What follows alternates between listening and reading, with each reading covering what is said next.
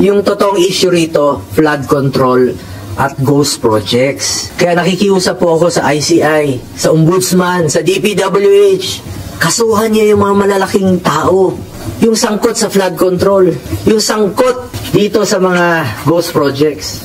Inaantay po ng tao. Pag iniliis niyo po ang katotohanan, magulo po ito.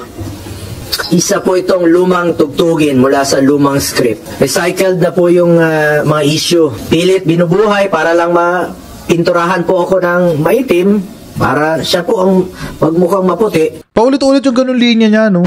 Pinipinturahan po ako maitim para magmukha sila maputi. Ilang taon mo na sinasabi yan?